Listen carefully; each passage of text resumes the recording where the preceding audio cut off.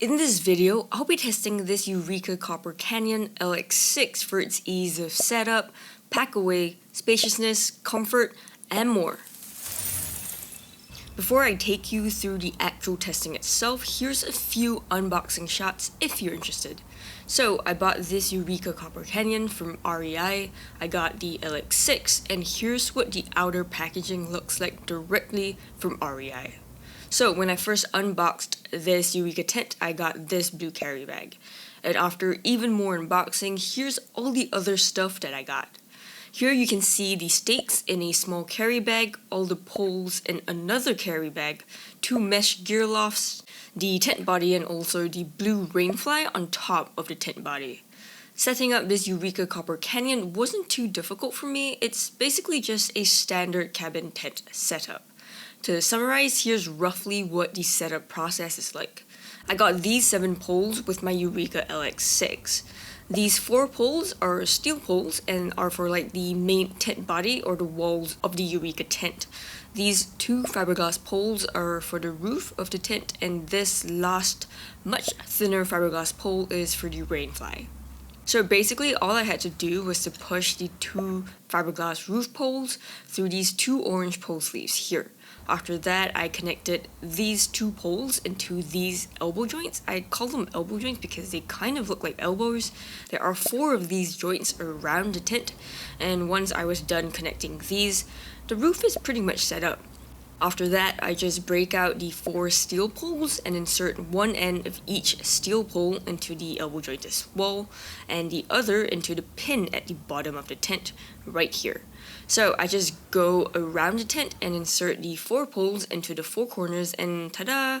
The tent is pretty much almost set up. Now just attach these pole clips, stake the tent down, grab the Rainfly, drape the Rainfly over the tent, secure the Rainfly using these S-hooks, attach these Velcro strips to the poles, guy out the guy lines on the Rainfly, and finally insert the Rainfly pole. Okay, so while watching this time-lapse of me setting up this Eureka LX6 on my own, I just want to say that I know that this is a lot to take in, and I basically just rushed through the entire setup process.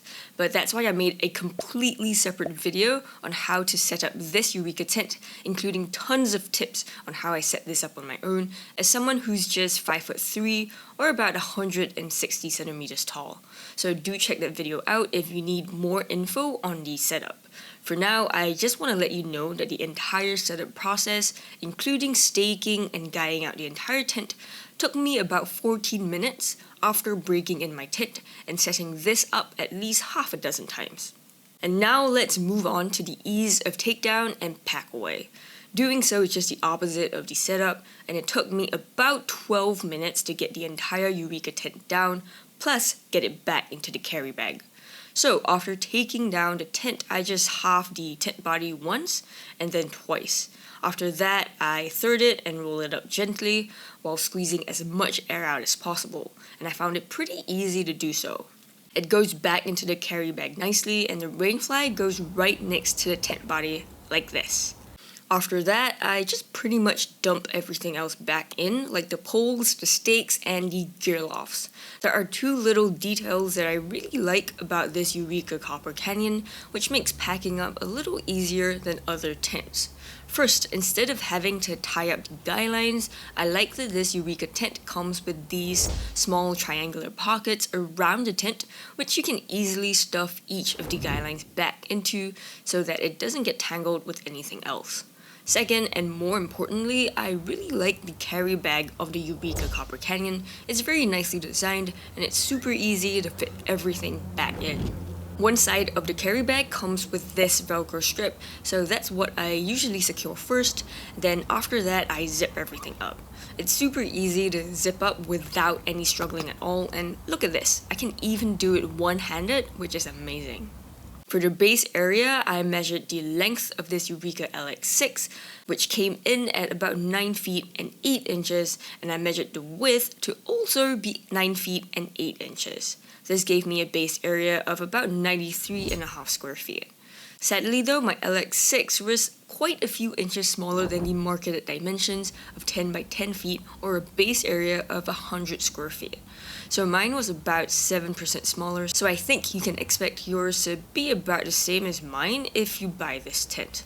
But despite the smaller than marketed base area, I could still fit 6 regular sleeping pads in my LX6. Here's me inflating my sleeping pads, and here's what having 6 pads looks like. Of course, with 6 pads, you would have to sleep shoulder to shoulder like this, but even so, there's still this small space here to fit a little bit of camping gear. It's definitely not enough for 6 people's gear though. So yeah, I think it's gonna be a pretty tight fit fitting 6 people, especially if you have to sleep at the sides of the tent. I never like sleeping at the sides of any tent. It always feels a tad claustrophobic, and I really feel the wall, not just when I raise my arm up, but also when I sit up because my head is so close to the wall. Instead, I recommend fitting a maximum of 4 people inside this tent. In fact, here's what 2 queen beds would look like inside this tent if you fit 4 people instead of 6 people. It's definitely comfier and less claustrophobic. There's also quite a bit of leftover room for storing gear, which is always very nice to have. But just take note of this one thing here. Both my mattresses aren't exactly a true queen size of 80 by 60 inches. They're actually a little smaller, and I'll put the dimensions of both mattresses on the screen here. And even though they're both slightly smaller than the queen, the fit inside this LX6 is already very, very snug, and there's hardly any space left between both my mattresses, even though I tried to push them to the sides as much as I could. So there's no way I could fit anything bigger.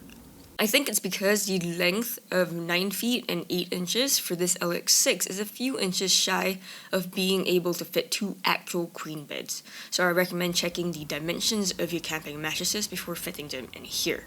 The peak height inside this Eureka LX6 is a whopping 84 inches or a full 7 feet, and of course I'm not very tall, so I can stand completely upright under the peak height, no problem at all. In fact, when I stretch my arms upwards as much as I can barely even reach the lantern loop here, let alone the top of the tent. On top of that, even when I'm standing on tiptoes, I still can't even reach the peak height of this tent. And the only way I can actually touch the top is if I jump a little bit. And for cabin tents like this Eureka LX6, I want it to look not just at the peak height, but also at the lowest height in the tent, because I guess why not? So the lowest height in the tent, which is usually at the 4 corners, is about 66 inches, which is again still taller than my height, so I had no problem standing up here too. So basically, I can stand up almost everywhere inside this tent. On top of just the height and the base area, I also wanted to look at the sidewalls and tent shape to get a feel of the livability inside the tent. For this Eureka Copper Canyon, the sidewalls are pretty much almost vertical, and here's what they look like. I really like that I could not only stand up everywhere, but also walk around the entire tent like this. So very spacious, especially for someone not so tall like me. So that's the biggest pro of having vertical sidewalls. These give the Eureka Copper Canyon a nice cabin shape, as well as quite a bit of livable space inside the tent. However, with pros, there are usually always cons, and a pretty big con to having these vertical sidewalls is that they don't shed wind as easily as a dome-shaped tent without the vertical sidewalls. Let me show you what I mean. All I had to do to this tent was to remove the guy lines as well as the 2 tent stakes at the bottom front of the tent, and the entire tent just blew over in a light breeze. If you take a look at how little the tree branches at the back are swaying in the wind, it really couldn't even happen more than a light breeze of 5 to 10 miles per hour. Maybe even less. And I swear I wasn't even trying to film a wind test. It literally just blew over when I was trying to film myself taking down the tent. That's insane. It's never happened to any of my other tents. When I stake this tent down though, it does okay in light wind, but only when it's staked down. I don't think I would recommend using this tent if you're expecting crazy or strong winds. Here's me shaking the tent after staking down and guying it out, and I'm not even using a lot of strength. It's not the sturdiest for sure. There's another important reason why I wouldn't recommend this tent in strong wind, but I'll go through that a little later in the video. For now, there's one more thing I wanted to point out on this issue of wind resistance. The guidelines. So when I bought this Eureka LX6, it came with 4 of these little pouches at the 4 corners of the tent, and inside I found each of my 4 pre-attached guidelines. On top of that, there's even 4 of these extra loops at each corner of the tent to add 4 more guidelines if you need to. So altogether, 8 guy out points for 8 guidelines. Not too bad, right? But here's the problem. All of these guy out points are on the Rainfly. Every single one. So when you remove the Rainfly on sunny days, or if you want to stargaze, there's no way that this tent would be able to take anything more than light wind. In fact, here's a shot of me lying down inside the Eureka, and the entire tent is just shaking in the light breeze. And now I think it's time to move on to the rain test. More specifically, the heavy rain test, and I used this water hose to kind of simulate that. I did this for 1 full hour exactly like this. What was the damage inside the tent after the hour was up? Let's step in and find out. So we're inside the tent and check out the flooring. I think the ground underneath is pretty wet from all the heavy rain, but there was not a single leak into the tent through the flooring. I also checked all the fabric inside the tent, like the bottom orange fabric, the top white fabric, the window fabric, and I even checked the Rainfly, and they were all dry. There was no water that penetrated through. But sadly though, I noticed leaking at the corners of the tent. Why did the corners leak? Because these vertical seams running from the top of the tent down to the flooring have not been taped. They're only inverted, but not taped. And because the Rainfly of this tent is so small, these seams have to be taped. I recommend that you seal this yourself if you're expecting heavy rain and if you want to buy this tent. This was the only leak inside this tent after 1 hour of heavy rain. And as I promised you just now, here's the reason why I don't recommend using this tent in strong wind. Notice this gap between the Rainfly and the ceiling mesh under the Rainfly pole? During my heavy rain test, there were no leaks through this gap into the tent. But that's only because this heavy rain test happened in my yard without a whole lot of wind. Unfortunately, I can definitely see this being an issue in horizontal rain when there's really strong wind and really heavy rain, because the wind will blow the rain right into the tent through this exposed mesh here. I'm pretty sure that this exposed mesh also makes this tent not so great for colder conditions. And if you're wondering how this Eureka Copper Canyon does in light rain, to summarize, it was completely dry after a couple of hours of light rain, so it's perfectly functional in light rain. I made this separate rain test video if you want more info on this Eureka tent on rainy days. For now, let's move on to some of the features of this tent, starting with the windows. This Eureka LX6 has 4 windows around the entire tent. 3 of these windows are just regular old windows, while this window here is part of the door, which I'll get into a little later. I thought it was a bit odd though that only the window that's part of the door comes with these zippers.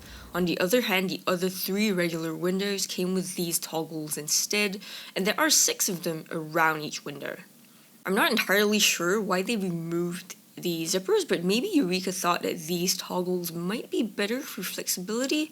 I did think that it was cool that I could open the windows in lots of different ways, like this. And also, I noticed that 2 of these toggles are adjustable, while the other 4 are not adjustable. I could adjust the straps of these 2 toggles to make them either tight or loose, like this. When these 2 toggle straps are loose, I could get a little more ventilation into the tent like this, while at the same time still maintaining my privacy because these curtains fully cover the entire window. On the other hand, when it's raining, I like to have these straps tight against the window mesh so that the rain won't seep in through these windows. And throughout my 1 hour heavy rain test, these window curtains actually managed to keep the rain out, which was impressive.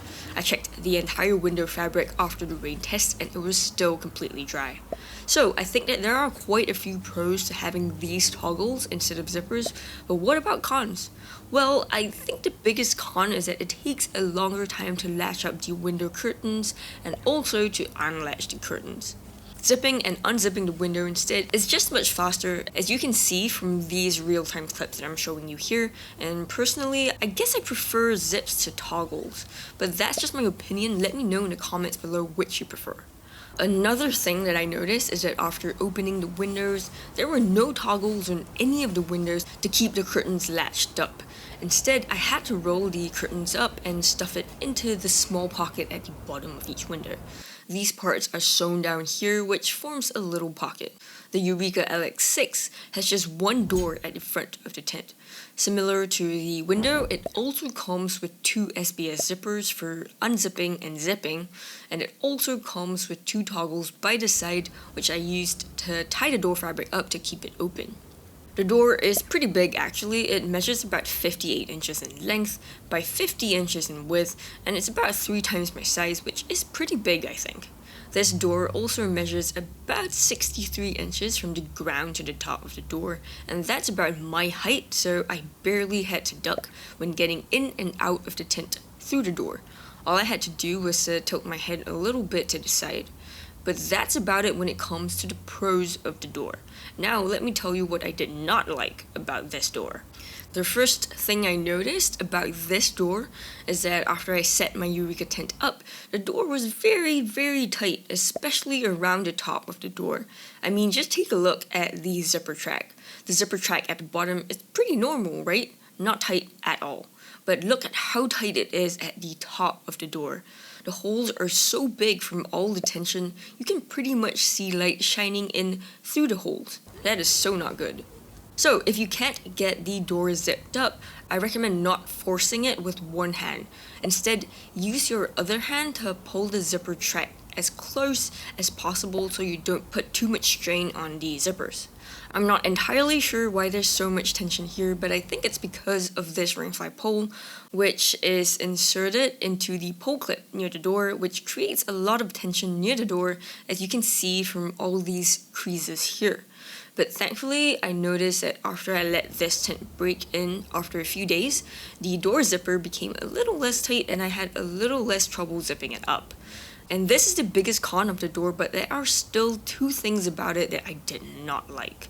I didn't like how the rain flap would always get in the way of the zippers, but it's not as big of a con to me because as long as I hold this rain flap away while zipping the door up, it won't snag at all. Another con is that there are 2 separate zipper tracks for this door. Once you're done unzipping the long zipper, you gotta bend down again and unzip the bottom zipper. But there's one good thing to this kind of design. After the rain stopped and when I unzipped the long zipper to get into the tent, I left the bottom zipper zipped up so that the door wouldn't droop into the tent and let all the water in, which is kind of nice. Speaking of rain, I kind of like the Rainfly Pole that's over the door. It extends out by about 2 feet, which provides a little bit of an overhang to shield the door from the rain. In my light rain test, the door stayed completely dry, which was pretty surprising to me. And in my heavy rain test, while the mesh was slightly damp at the bottom, the top was dry thanks to the Rainfly Pole, so I could crack the mesh open a little bit for some ventilation. Now that I'm kind of on the topic, let's talk a little bit about rainy day ventilation. While I could crack the front window open a little bit, thanks to the Rainfly Pole, the rest of the other 3 windows were completely drenched in the heavy rain. I think the Rainfly is just really too small and the rain is really too heavy. On top of that, there are absolutely no vents at all in my Eureka LX6, so rainy day ventilation isn't too great. On the other hand, hot day ventilation is pretty decent though. After I took the Rainfly off from the outside, not only did I get ventilation from 4 pretty big windows, I also got ventilation from the ceiling mesh and I could even stargaze with almost unblocked views. I also found quite a few storage options in my Eureka LX6. For starters, there are 4 pockets in this tent, 2 at one width and another 2 here. These pockets aren't too big, but they can fit maybe 1 medium-sized item each, like a book or something. I also noticed that all these 4 pockets are positioned really high up on the tent, so you won't be able to reach them while lying down. And I know that this may seem like a con to you, but I think I know why Eureka did this. Most cabin tents, like this Eureka Copper Canyon, all have really small rain flies that don't provide a lot of rain protection. So having the pockets sewn too low on the tent can actually cause a lot of leaking through the pocket seams. That's because when you attach the pocket on one of these lower seams, even if the seams are sealed, water can still seep in through the pocket and get into your tent that way. This happened for some of my cabin tents, like my Coleman 4-person instant tent. So I think Eureka put these pockets directly under the Rainfly to minimize any leaking. On top of these pockets, I also got these two detachable gear lofts. Both are triangle shaped. Together they measure about 25 by 25 inches and have S-hooks so they can be hung up here at the top. While I do wish that these could be bigger, I liked that they didn't block the lantern loop, so I could still hang a lantern with the gear lofts in place. Also, I found 2 extra loops in each corner of the tent, one at the top and one at the bottom, so 8 extra loops altogether. You can use the top loops to hang more stuff and the floor loops to secure any interior liner or footprint that you may have. Oh, and there's one E-port at the bottom of this Eureka LX6 with a zippered closure. For quality, I looked at quite a few things, starting with the materials used. The flooring of the Copper Canyon LX6 is made of 75 denier polyester. I wish it could be thicker though. I don't think 75D polyester is typically thick enough for flooring, so it's even more important to use a ground sheet with this tent to protect the flooring. But I like how there's a tub floor all throughout the tent and it measures about 10 inches up. The rest of the tent is also made of 75D polyester, which is a little bit thicker and better than standard budget tents, which typically are made of 68D polyester. The wall poles of the Eureka LX6 are made of steel, which are about 3/4 of an inch thick. Here's what they look like after some use, and in contrast, the roof poles and Rainfly Pole are made of fiberglass. I also looked at the quality of the seams as well as the seam taping. The seams are generally good quality, double stitched and consistent, and I found only a couple of loose threads. And for seam taping, I found that all the important seams have been seam taped, especially the flooring and the corners, which had really thorough seam taping. However, these vertical seams were not taped, so there was a little bit of leaking through these seams. I also looked at the quality of the zippers and mesh, which were SBS and no seam respectively, so decent quality all throughout the entire tent. For portability, I measured the packed size of my Eureka LX6 to be about 29 by 13 by 9 inches. Here's what it looks like beside my Coleman 2-person sunroom tent and also one of my 32-ounce Nalgene bottles. I really like the neat sling on the carry bag. The tent's a little bit on the heavier side at about 22.5 pounds, but I can still carry it easily. For pros, I found the setup to be not too difficult actually, especially compared to other cabin tents that I have. The entire setup took me only about 14 minutes and I could do this completely on my own. I found the pack away to be pretty simple as well. It was easy for me to push the air out of the tent, and the carry bag is amazing. I think the fact that I could zip it up one-handed says enough for sure. When it comes to spaciousness, there's honestly so many pros about this Eureka Copper Canyon. The peak height is seriously amazing, and is a full 7 feet from the ground to the top.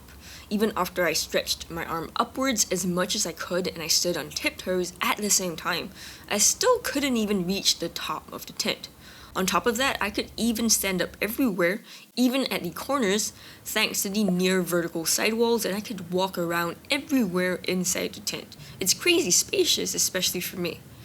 Hot day ventilation is also pretty good, with pretty big windows on every wall of the tent. The door window here measures a good 42 inches in length and 30 inches in width, while the other 3 regular windows measure a good 51 inches in length and 29 inches in width. On top of that, there's a good amount of ceiling mesh for even more ventilation. Also, there's a decent amount of storage and features all around the tent. The quality is pretty good, and it's not too expensive for a decent quality tent. If you've found this video helpful so far, it would mean so much if you could help me hit that like button. And also, if you happen to buy a tent because of my reviews, could I just request that you use my affiliate links in the description below? It would really help the channel out so I can continue to produce these kinds of reviews for you. Thank you, and I really appreciate it. And moving along, as for cons, I think the biggest one is definitely that it's not great against strong winds. Even when staked down and guyed out. You can check out the full wind test that I did in section 8 of this video. And on top of that, all the guy lines are on the Rainfly, so when you take the Rainfly off, there will be no more guy lines to secure the tent, which is even more of a disaster. The second biggest con is the door. Oh my gosh, the door. It is not great at all. In section 13 of this video, I go through the 3 biggest cons of the door, so you can go check that out if you haven't already seen it. And the third biggest con is that this tent is not the best for heavy rains. It's perfectly functional in light rain though, and with a little seam ceiling on just this seam at each corner of the tent, this tent can stay dry in heavy rain for at least a couple of hours. But bear in mind that the Rainfly is small, so obviously this tent isn't for crazy torrential weather, and also rainy day ventilation is minimal with no vents and almost no windows that can be opened. Overall, I honestly really quite liked this tent, and I have 2 recommendations for you. In terms of spaciousness, I think very few tents on the market can actually beat the Eureka Copper Canyon. It's a super great comfy tent for summer days, but I would definitely keep it away from the wind.